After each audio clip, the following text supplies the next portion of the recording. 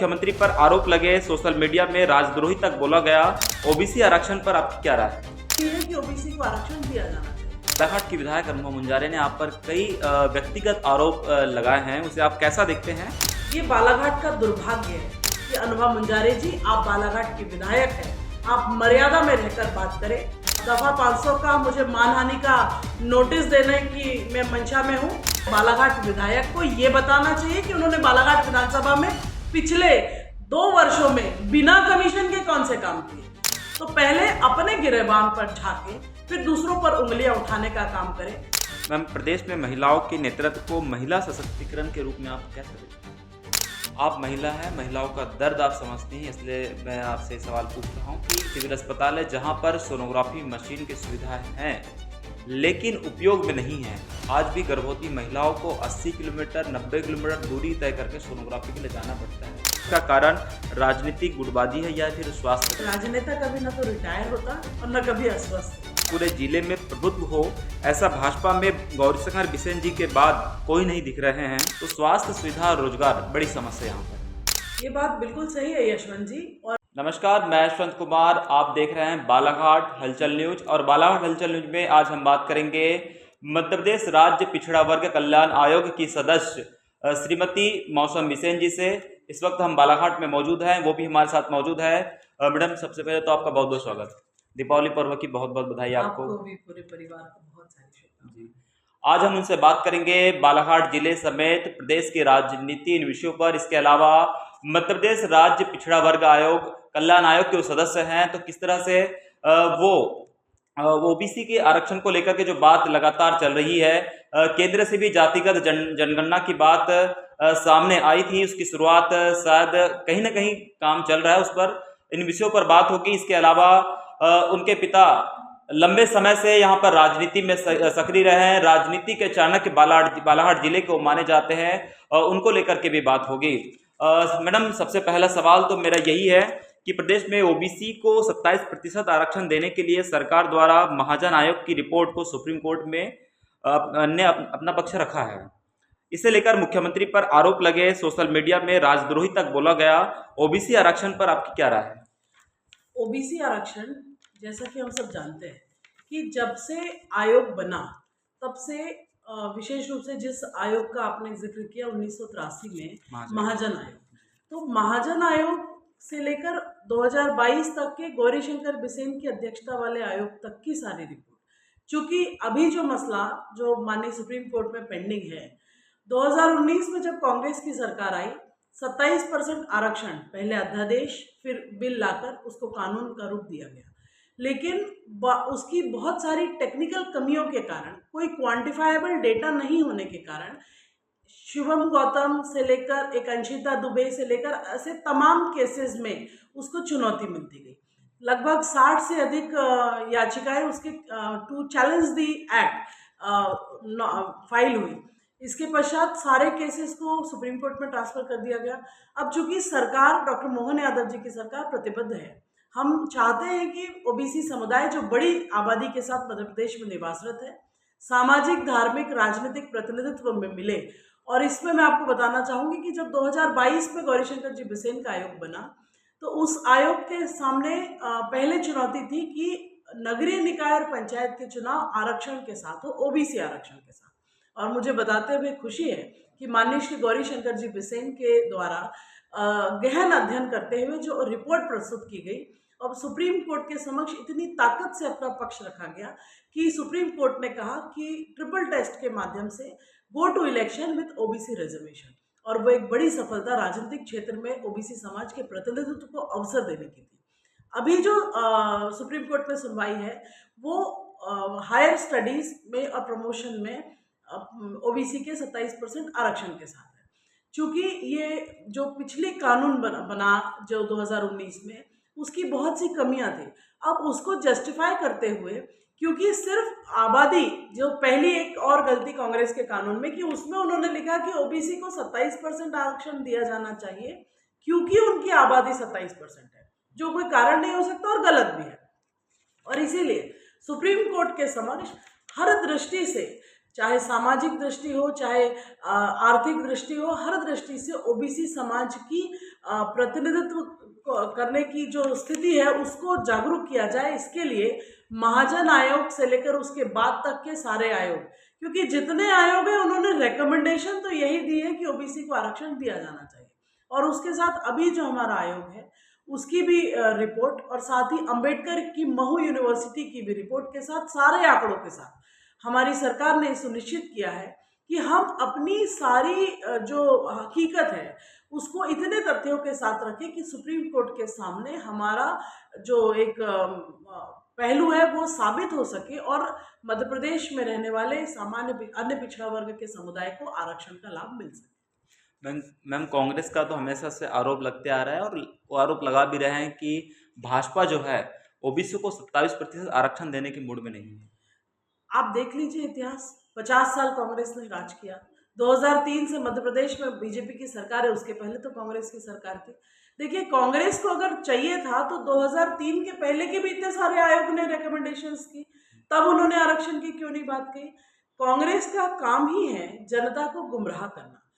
चूंकि जो राज्य पिछड़ा वर्ग आयोग को जो राष्ट्रीय पिछड़ा वर्ग आयोग को संवैधानिक दर्जा देने का काम किया माननीय प्रधानमंत्री श्री नरेंद्र मोदी जी ने, इसके पहले कांग्रेस की सरकारों को ये नहीं दिखा। मध्य प्रदेश में भी चूंकि कानून तो ला लिया, पहले अध्यादेश फिर एक्ट, लेकिन उसको इतना कमजोर, न किसी क्वांटिफाइबल डेटा के कि आसानी से चुनौती मिल सके, और इसीलिए यह सिर्फ भ्रम फैलाने के लिए, लोगों को गुमराह करने के लिए कांग्रेस और उनके लोगों के किसी भी बयानबाजी पे विश्वास करने की जरूरत नहीं है। डॉक्टर मोहन यादव जी की सरकार ओबीसी समुदाय के लिए प्रतिबद्ध है और हम अपनी पूरी तैयारी के साथ ये सुनिश्चित कर रहे हैं कि आयोग की तमाम रिपोर्ट के साथ ऐसा पक्ष मजबूती के साथ रखें कि हमारा जो 27% आरक्षण भी मिले, और 87-13 होल्ड के कारण जो पिछले कुछ समय से हमारे अभ्यर्थियों का रिजल्ट पेंडिंग है एमपीपीएससी का, उसका भी निराकरण हो। जातिगत जनगणना को लेकर केंद्र सरकार ने लंबे समय बाद मंजूरी तो दे दी है और ये ओबीसी आरक्षण को लेकर बहुत जरूरी है, इसके फायदे क्या होंगे?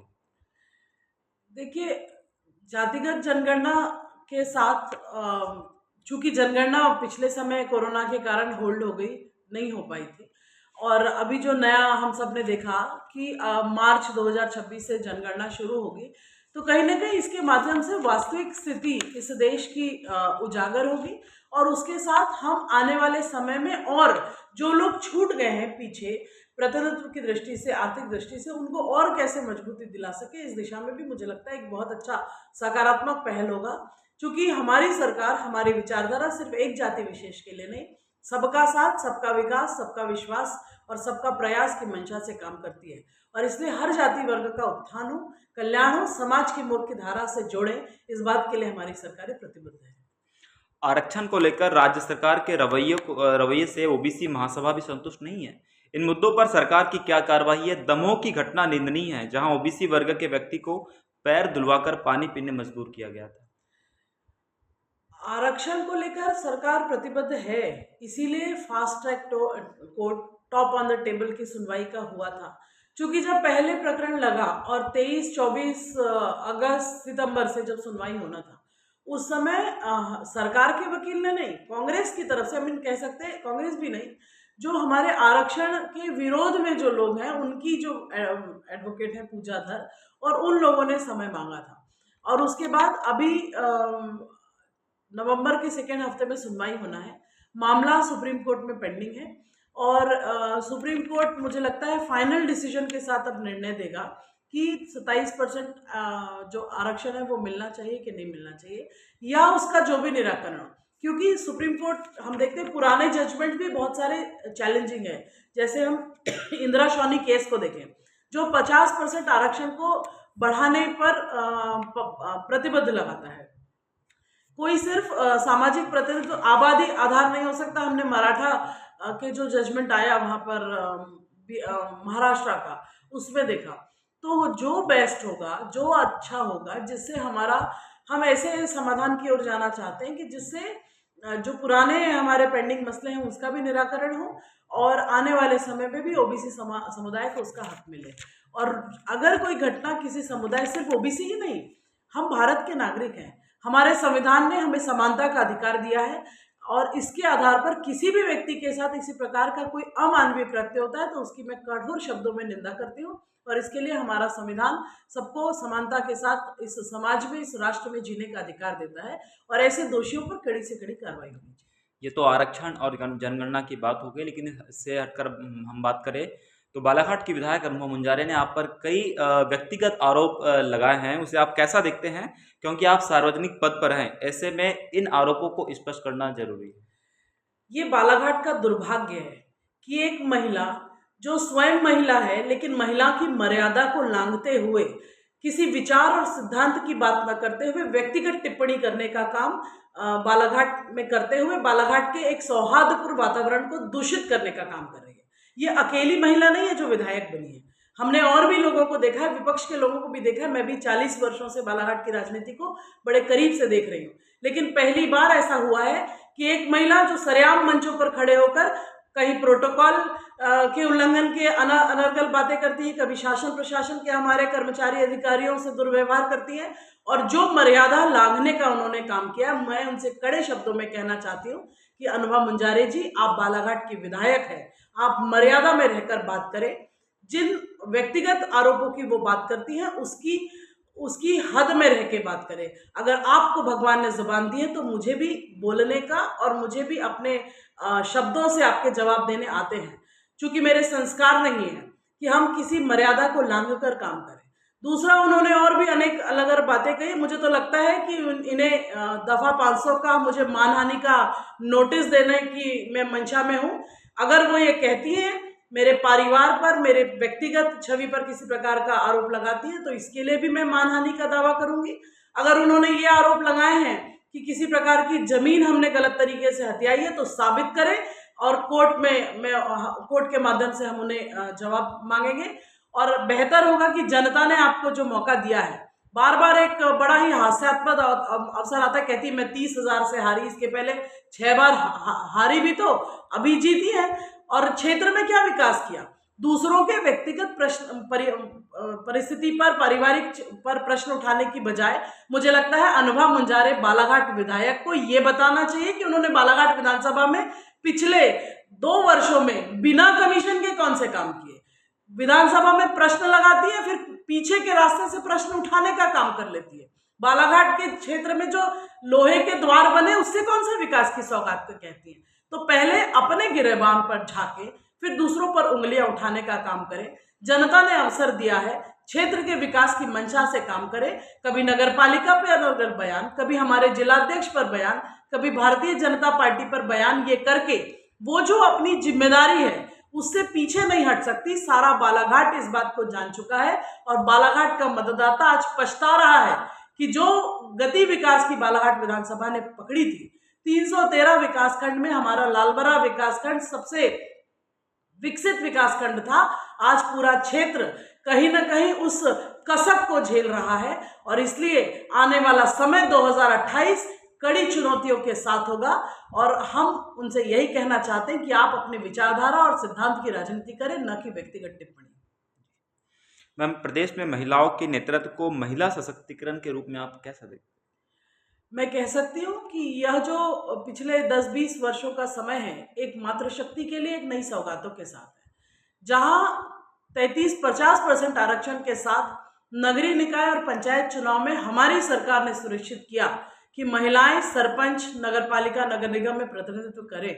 वहीं नारी शक्ति वंदन अधिनियम के साथ 2023 में देश के प्रधानमंत्री श्री नरेंद्र मोदी जी ने भी सुनिश्चित किया है कि विधानसभा, लोकसभा में भी महिलाओं की भागीदारी हो, 33% आरक्षण मिले। इसके साथ हम देख सकते हैं कि प्रशासनिक कमानों के हाथ लगभग 12 हमारे जिले में कलेक्टर, जिलाधिकारी हमारी बहनें हैं और इसीलिए जो मातृशक्ति घर का संचालन अच्छे तरीके से कर सकती है, वो समाज को भी एक नई दिशा दे सकती है। हमने आज नहीं, हमने वर्षों से देखा है। हम झांसी की रानी लक्ष्मीबाई, दुर्गावती रानी, अवंतीबाई जी को याद करते हैं और इसीलिए ये भारत मातृशक्ति की ताकत के साथ मातृशक्ति को, देवी के स्वरूप को पूजने वाला भारत है।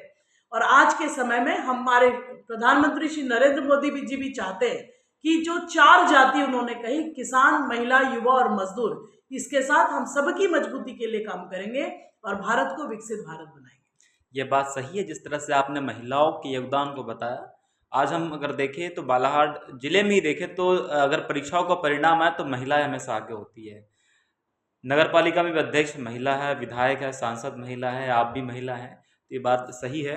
आगे हम बढ़ते हैं। श्री गौरीशंकर बिसेन जी को बालाघाट जिले की राजनीति का चाणक्य कहा जाता है, पर सार्वजनिक तौर पर मंच साझा करते हुए नहीं देखा जा रहा है, अब कम देखा जा रहा है। इसका कारण राजनीतिक गुटबाजी है या फिर स्वास्थ्य कुछ?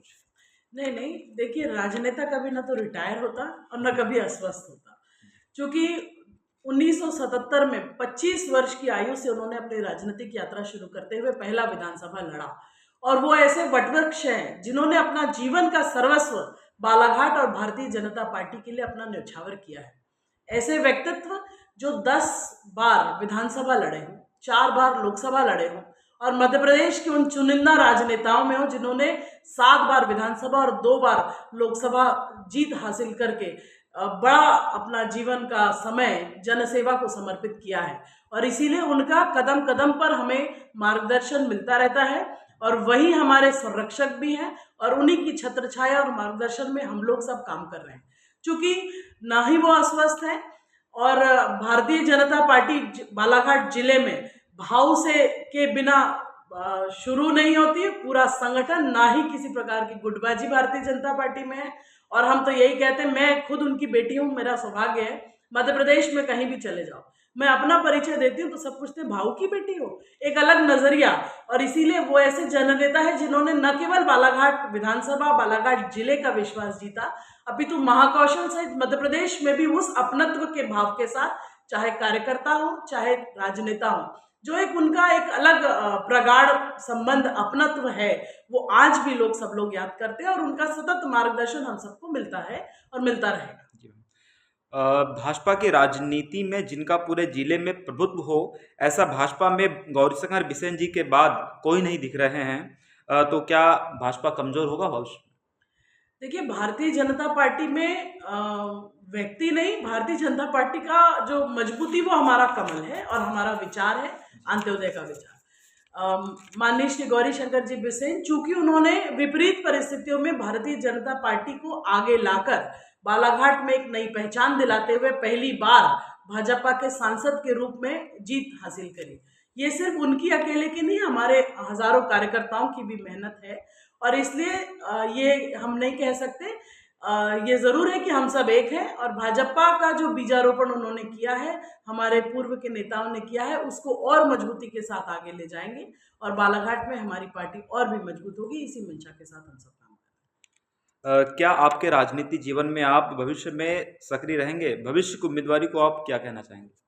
देखिए, 2014 से मैं सक्रिय रूप से फ्रंट लाइन में कह सकती हूँ राजनीति में हूँ। वैसे तो बचपन से ही इसी माहौल में पली बढ़ी हूँ। ऐसा कौन सा चुनाव है जिसमें मैंने प्रचार नहीं किया, चाहे नगर पालिका, नगर पंचायत, विधानसभा, लोकसभा। और इसलिए जब से होश संभाला है तब से जय जय कमल, कमल निशान, भाजपा की पहचान ही का नारा बुलंद किया है। और मेरे लिए, मेरे परिवार के बाद मेरा परिवार भारतीय जनता पार्टी है, और इसमें हमारा नेतृत्व तय करता है कि भूमिका क्या होगी। 2014 में ज़रूर लोकसभा की बात आई। पहले मुझे पार्टी ने ही कहा कि आपको सक्रिय रहना है, फिर जो निर्णय हुआ पार्टी का उसको मैंने स्वीकार किया। 2019 में भी पार्टी के निर्णय को स्वीकार किया। मैंने कभी पार्टी के पास जाके नहीं बोला कि मुझे विधानसभा चाहिए या लोकसभा चाहिए। बड़ी ईमानदारी से आपको बताना चाहूँगी कि 2023 में भी मुझे पार्टी ने विश्वास जताते हुए, न केवल सिर्फ इसलिए कि मैं किसी नेता की बेटी हूँ, मेरे काम को देखते हुए, क्षमताओं को देखते हुए मुझे विधानसभा की टिकट दी, लेकिन स्वास्थ्य कारणों के कारण मुझे चुनाव से पीछे हटना पड़ा। उस समय की मेरी परिस्थिति कुछ और थी, और इसलिए मुझे लगता है पार्टी ने जो तय किया, अभी भी जो जिम्मेदारी मिली मुझे, सीधे पार्टी का आदेश हुआ कि आपको इस लाइन में काम करना है, और इसलिए पार्टी जो तय करेगी अच्छा तय करेगी। और हम सब एक विचार के लिए काम करते हैं, पद एक सेकेंडरी है। चूंकि इस जिले ने भरपूर प्यार और आशीर्वाद मेरे पिता और मेरी माता को दिया है, उनके कामों को आगे बढ़ाते हुए आने वाले समय में जो मेरा संगठन मुझे निर्देश देगा और जैसा जनता का आशीर्वाद होगा, उसको लेकर मैं पूरी ऊर्जा और पूरे समर्पण के साथ काम करूँगा। मैडम, आपने एक अनुशासित जवाब दिया जो एक हर भाजपा का कार्यकर्ता देता है, लेकिन आपकी इच्छा क्या है? देखिए, जिस माहौल में हम सब पले बढ़े हैं कि भाई जन सेवा, लोगों के लिए जीवन समर्पित। तो मैंने कहा कि मेरा भी भाव यही है कि मुझे भी उसी लाइन में काम करना है। इसलिए नहीं कि सिर्फ विधायक सांसद का पद मिल जाए, जिम्मेदारी तो मिलेगी। जब हम अच्छी मंशा से काम करेंगे तो स्वयं जनता तय करेगी, संगठन तय करेगा। यदि भविष्य में आप विधायक या सांसद अगर बन जाते हैं, हमारी शुभकामनाएं आपको है, तो क्या प्राथमिकताएं होगी? क्योंकि हम देखते हैं कि इतने सालों में बालाघाट जिले में रोजगार की बड़ी समस्या यहाँ पर रही है, पलायन लगातार होते रहते हैं। आज स्वास्थ्य सुविधाओं की यदि बात करें तो हम गोंदिया और नागपुर पर निर्भर हैं। कहीं न कहीं आपको इस बात को स्वीकारना पड़ेगा, क्योंकि हाल ही में छिंदवाड़ा में जो बच्चों के साथ जो हादसा हुआ, उनके उपचार के लिए उनको नागपुर ले जाना पड़ा और वहाँ पर खुद मुख्यमंत्री डॉक्टर मोहन यादव भी गए थे। तो स्वास्थ्य सुविधा और रोजगार बड़ी समस्या यहाँ पर है। ये बात बिल्कुल सही है यशवंत जी, और इसलिए मैं कह सकती हूँ कि अभी जो ये समय आया, कहीं ना कहीं ब्रेक आ गया। आपको याद होगा 5 सितंबर 2022 को जब तत्कालीन मुख्यमंत्री डॉक्टर शिवराज सिंह जी चौहान आए थे, तब उनके द्वारा मेडिकल कॉलेज की घोषणा, जो लंबे समय के, मैं कहती हूँ मेरे पिताजी का सपना था कि बालाघाट में मेडिकल कॉलेज हो, वो उनकी घोषणा हुई। जमीन भी आवंटित हो चुकी है, बाउंड्री वॉल भी बन चुकी है, उसकी जो पेंडिंग प्रक्रिया है उसको हम गति देंगे। कहीं ना कहीं एक साथ सारी चीजें नहीं हो सकती। 2014 के पहले ब्रॉडगेज को हम सब लालाहित थे, लेकिन जो फॉरेस्ट क्लियरेंस का काम हुआ, अब देखिए कि दिल्ली, बम्बई से, अभी पूना से, रायपुर से ट्रेन शुरू हुई। आने वाले समय में और भी महानगरों से बालाघाट को कनेक्टिविटी मिलेगी। रोजगार स्वरोजगार एक ऐसा विषय है जिसको लेकर अपने स्तर पर भी मैंने बहुत काम किया है। जैसे अभी कुछ दिनों पहले हमने जब स्वदेशी मेला किया था, तब हमने रोजगार स्वरोजगार उसमें भी शामिल किया था। और मुझे खुशी है आपको बताते हुए कि उस 3 दिसंबर 2023 के मेले में, 3 दिसंबर 2024 के मेले में, एक दिन में हमारे 1700 अभ्यर्थी थे जिनको हमने रोजगार दिया। चूंकि अभी डॉक्टर मोहन यादव जी भी चाहते हैं कि उद्योग के क्षेत्र में विकास हो, और इसको लेकर उनके द्वारा भी बहुत सी इन्वेस्टर समिट, दूसरे देशों का दौरा, और तमाम इन्वेस्टर्स को यहाँ पर single window ease of doing business के माध्यम से मध्य प्रदेश में इन्वेस्ट करने के लिए आमंत्रित किया जा रहा है। और एक बहुत ही सकारात्मक और एक अच्छी सोच के साथ माननीय मुख्यमंत्री जी काम कर रहे हैं। मुझे लगता है इसका लाभ कहीं ना कहीं बालाघाट क्षेत्र को भी मिलने की संभावना है, क्योंकि हमारा क्षेत्र कृषि प्रधान है और इसीलिए कृषि आधारित उद्योगों की यहाँ अपार संभावनाएं हैं। और इसको लेकर जैसे हमारे स्टार्टअप्स है, हमारे अन्य और भी प्रोजेक्ट्स है, इसको लेकर पहली बार आप देख सकते हैं कि रीजनल जो कॉन्क्लेव भी जबलपुर में आयोजित की थी। चूंकि हर दृष्टि से सिर्फ एक सरकारी नौकरी मिलना तो सबको पॉसिबल नहीं है, इसलिए रोजगार स्वरोजगार के माध्यम से आत्मनिर्भर बने, आजीविका का साधन सबका हो, ये हमारी महती जिम्मेदारी है। और जिसको लेकर ये मेरे हमेशा से दो चीजें मेरे जहन के करीब रही है, एक तो स्वास्थ्य और दूसरा रोजगार स्वरोजगार, जिसको लेकर हमने काम किया है। लेकिन मैं उसको संतुष्ट नहीं मानती कि मैंने 100% किया, हम उसको और गति देंगे आने वाले समय में। और अभी भी उसके लिए मुझे किसी पद की भी जरूरत नहीं है। मेरा हमेशा प्रयास रहता है कि क्या अपने बालाघाट के लिए अच्छा कर सके। अभी पिछले दिनों मेरे उप मुख्यमंत्री साहब से भी बातचीत हुई थी, क्योंकि बालाघाट मेडिकल कॉलेज को पीपीपी मोड के लिए प्रकाशित किया गया था, कोई आवेदन नहीं आए, इसीलिए वो होल्ड पेंडिंग है। हमें उसको और क्या अच्छा कर सकते हैं, पूर्ण रूप से शासकीय के लिए क्या होता है, इसके लिए भी हम लोग कार्यरत हैं। उद्योग की संभावनाओं को लेकर जो कनकी में औद्योगिक क्षेत्र चिन्हित था, अभी पिछले दिनों 13 तारीख को वहां पर 63 भूखंड आवंटित हुए हैं। उसको लेकर भी कुछ बातचीत है। जैसे आप कुछ लोग उसमें नए हैं, कुछ रिपीटर्स हैं, ऐसे और भी औद्योगिक क्षेत्र विकसित हो, जिससे कोई अपने स्टार्टअप्स डाल सके, कोई अपने स्वयं का रोजगार स्वरोजगार शुरू कर सके, इन सब के साथ। और जिसमें मुझे लगता है हम सब ने और सामूहिकता के साथ आगे आने की आवश्यकता है।